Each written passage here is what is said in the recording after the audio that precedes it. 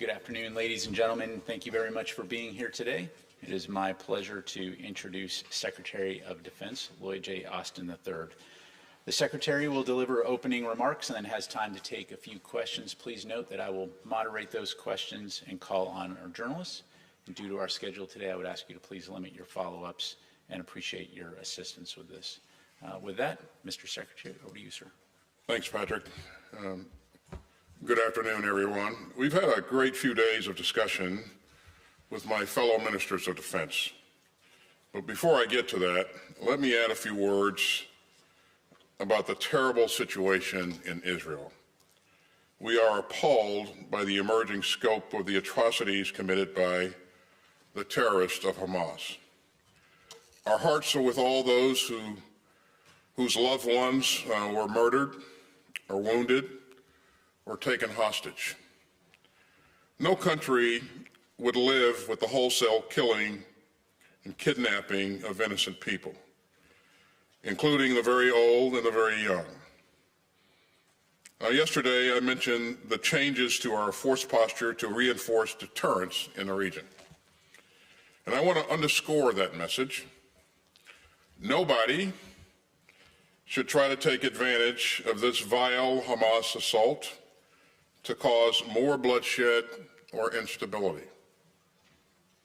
Our support for Israel is rock solid. We're working urgently to get Israel what it needs to defend itself, including munitions and Iron Dome interceptors, and we will do so even as we continue to support the people of Ukraine as they fight against Russian aggression.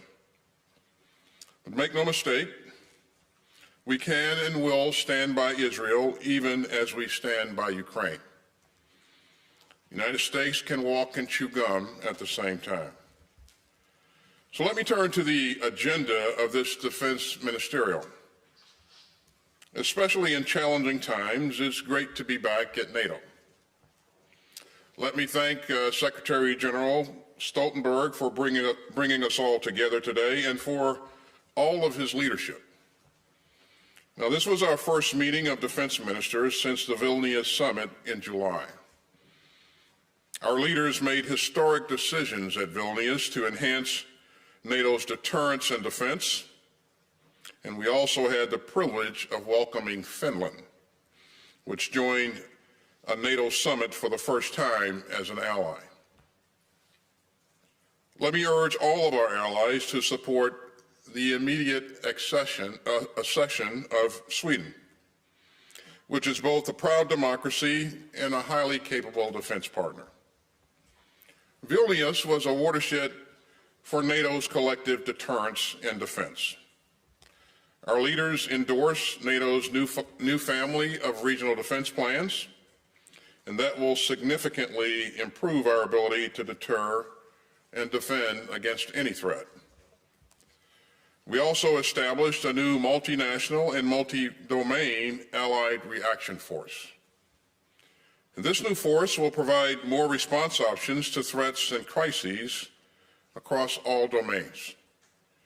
At Vilnius, our leaders also endorsed a new defense investment pledge.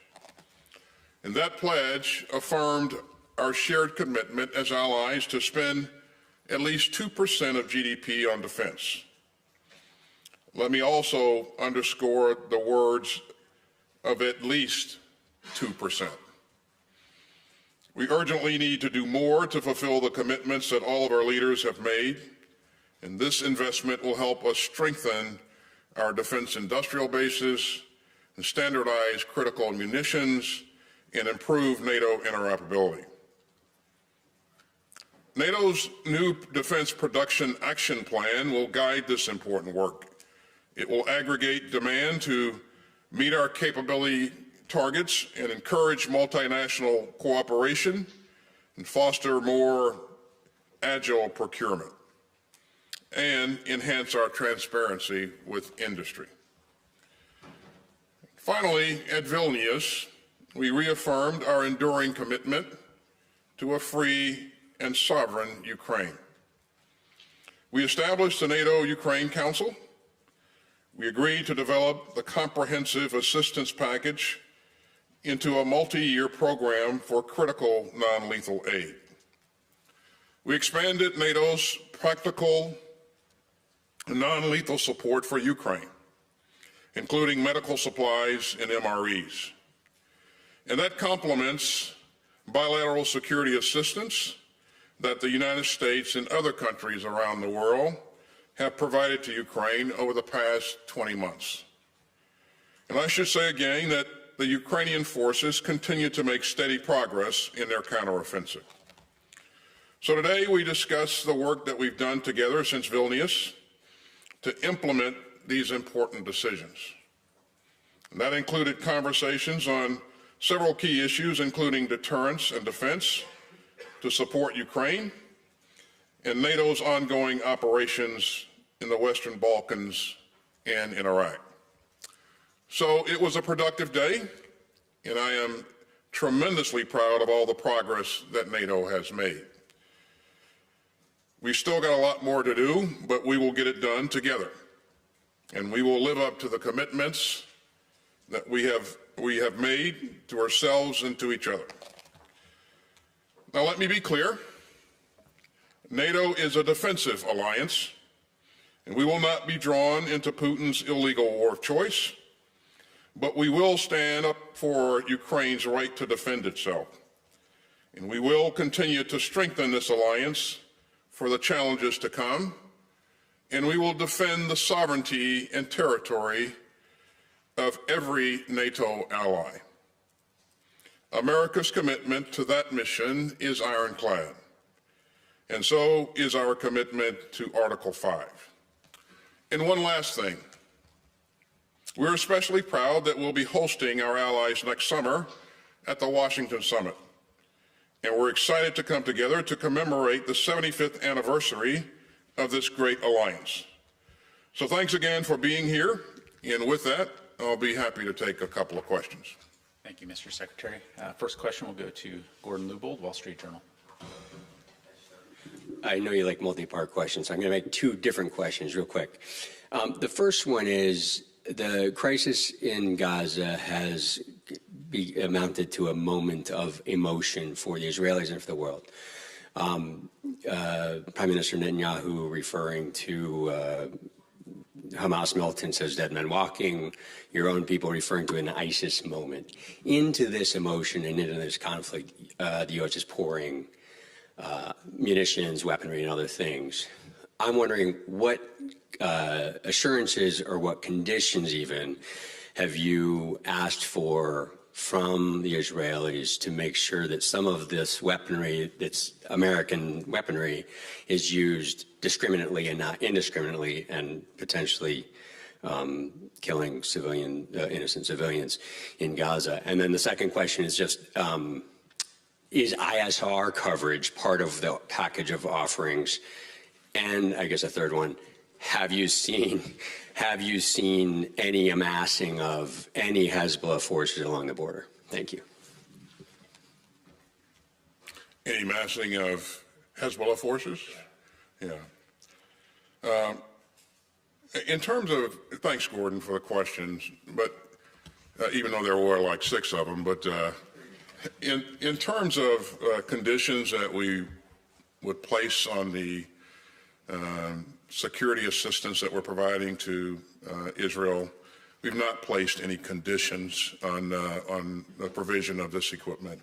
This is a professional military led by professional leadership, and we would hope and expect that they would do the right things in the prosecution of their campaign, and we will make sure that we will leave it to them to define what their operations are going to look like. But again, we have no reason to believe that they would do anything different. In terms of our provision, our assistance, intelligence assistance to Ukraine, to Israel, we will support them in any way that we can, and certainly intelligence is a part of that, and I won't get into the specifics of what that means, ISR, other types of collection. we've worked with the Israelis, over many, many years, and those sharing mechanisms are there, those channels are there to share information, and we will look to continue to do that. So I think I got Hezbollah. Okay. We've not seen any massing of forces along the border, and again, this is something that the Israelis are focused on. We are also looking for additional things that could widen the conflict here, and hopefully we won't see those things, but we've not seen that to this point. So. Thank you very much. Our next question will go to Thomas Gutsche, Frankfurter Allgemeine Zeitung. Thanks a lot, Thomas Gutzka with Frankfurter Allgemeine Zeitung. Mr. Secretary, I also asked a couple of questions also related to Israel. The first one would be, have there been other allies besides the US and Germany that today pledged military support to Israel? And when it comes to this support, in your assessment, what would be or could be the further needs of Israel if this conflict continues?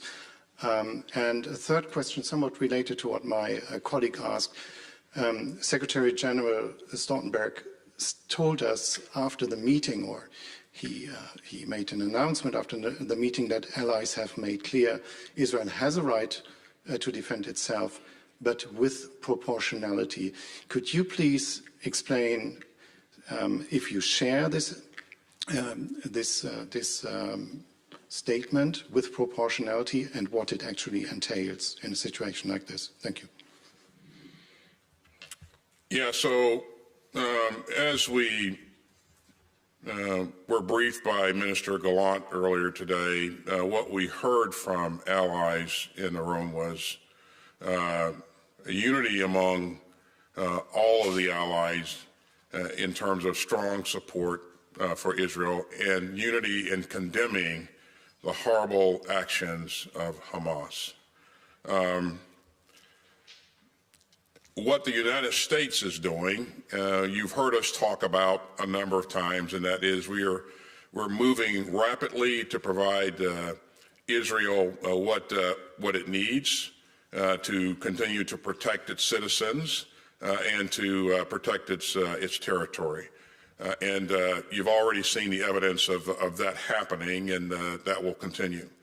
And we'll stay engaged with the Israeli leadership and make sure that we're tracking along with their needs as those needs change, and as is the case with any fight or any operation. Needs will change as things evolve there. So we anticipate that.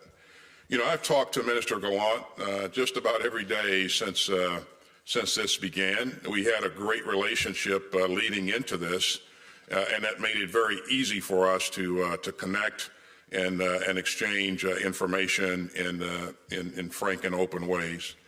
So we're going to continue to do what's needed to support them, and we're going to do it as rapidly as possible.